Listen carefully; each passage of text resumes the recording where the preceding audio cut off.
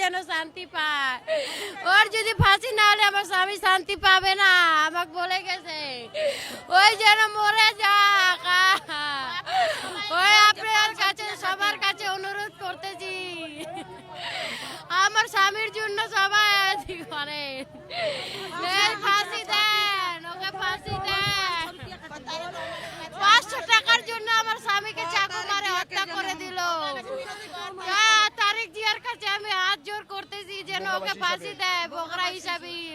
প্রশাসনের কাছে আমরা দাবি রেখেছি 24 ঘন্টার ভিতরে অনেকের আসামি গ্রেফতার না করা হলে বগুড়া কেন সারা বাংলাদেশে আমরা ঘোষণা করব কাজ কাম বন্ধ করবে এবং আজ থেকে ঘোষণা করব।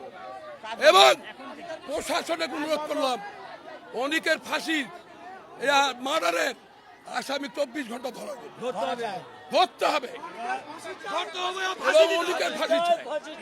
বাংলার হরিজন, বাংলার হরিজন। ছেলেটা আসার পরে ধানের সিজে ভোট দেওয়ার পরে 500 টাকা চাষে চাঁদা 500 টাকা দেওয়ার জন্য ছেলের কাছে টাকা ছিল না, বলছে আমি দিতে পারবো না। এই কথাটাই চাকু মারে দিছে। এটা হলো অনেক অনেক সেউজ গাড়ির অনেক চাঁদা তুলে বাসায় বাসায় যায়, হরিজন বাসায় দিলে মা বলেন মা বোনকে অত্যাচার করে। এটা আমরা বিচার চাই, অনেকের ফাঁসি চাই। এটার সুস্থ বিচার চাই, যাতে এই ছেলেটা এরকম ভাবে আমাদের এখানে হিন্দু বোনকে অত্যাচার না করে।